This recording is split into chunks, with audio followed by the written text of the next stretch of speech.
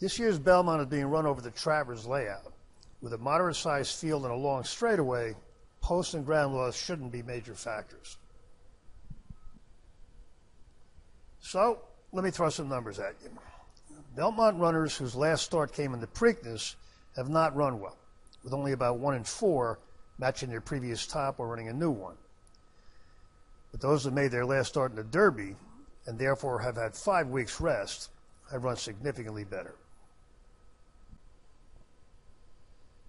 Those who took the Derby seminar probably remember that Todd Pletcher's runners have often not fired in that race, which unfortunately didn't keep us from liking fierceness.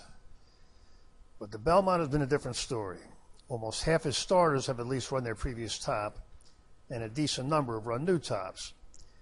Antiquarian didn't run last year, but has gradually moved forward this year, and has yet to bounce. He could do so off the jump he made last time, but there's also a decent chance he'll go forward again. Dornock looked like he was heading someplace last year, but he hasn't got an inch better this year and would need massive improvement to contend. Honor Marie marched forward as a 2-year-old, and after a non-effort and a monsoon, got back to his top in the Louisiana Derby.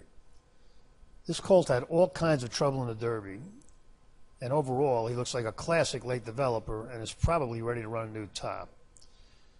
The problem today is that it's unrealistic to expect the huge jump he would need to have a real shot to win here. We're really interested in seeing what happens when this one tries grass. His dam and siblings were all turf. When horses run a big figure first time out, they become a tricky handicapping proposition in the next few starts. People assume they will get better with racing, and sometimes they do, but often they tail off from the big effort. That is the handicapping conundrum with Mindframe, who got a huge figure around 1 turn in his debut, and is made tougher by the backward move around 2 turns last time, being tough to evaluate because it was an eased up win. If he runs back to his first figure, this guy could be a likely winner, and he could, but we're not willing to take a relatively short price on him getting back to a sprint figure while stretching out to 1.25 miles. Mystic Dan made a giant leap forward in the Southwest, bounced as he figured to, and was able to win the Derby without running anywhere near his best, due to the heroic ground-saving efforts of Brian Hernandez. He ran that Derby winning figure again in the Preakness, but this time was only good enough for second.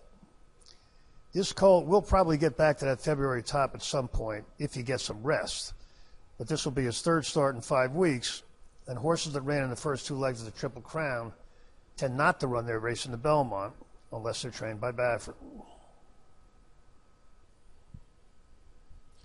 Protective had to do some work to get to the new top he ran last time, and that still leaves him well short of where he needs to be.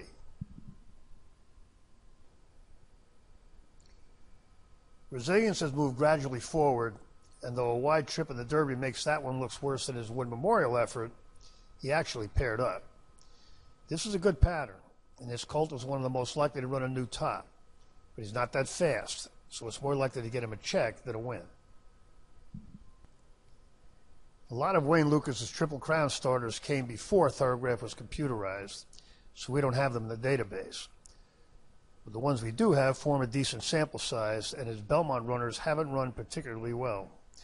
Seize the Gray is heavily raced, which is typical for Lucas, and he broke through with a new top in the Pat Day, then jumped again in the Preakness.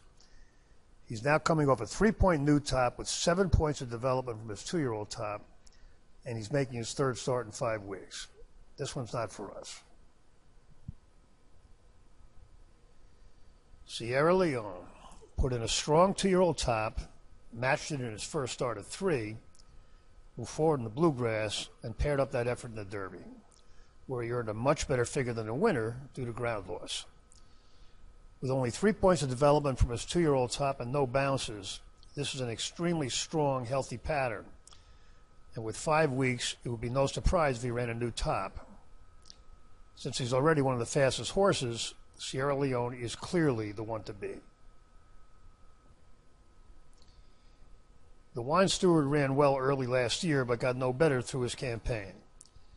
This year he came out with a new top and basically paired it last time out. This calls us a borderline fit on ability, and his pattern is tough to read, so we'll call him a borderline contender. Bottom line in this year's Belmont is that Sierra Leone has a lot of things going for him and is a very strong favorite. But none of the next three morning line favorites have great patterns or have to run their best. Live long shots to use in exotics are Resilience, the Wine Steward, Antiquarian, and Honor Marie.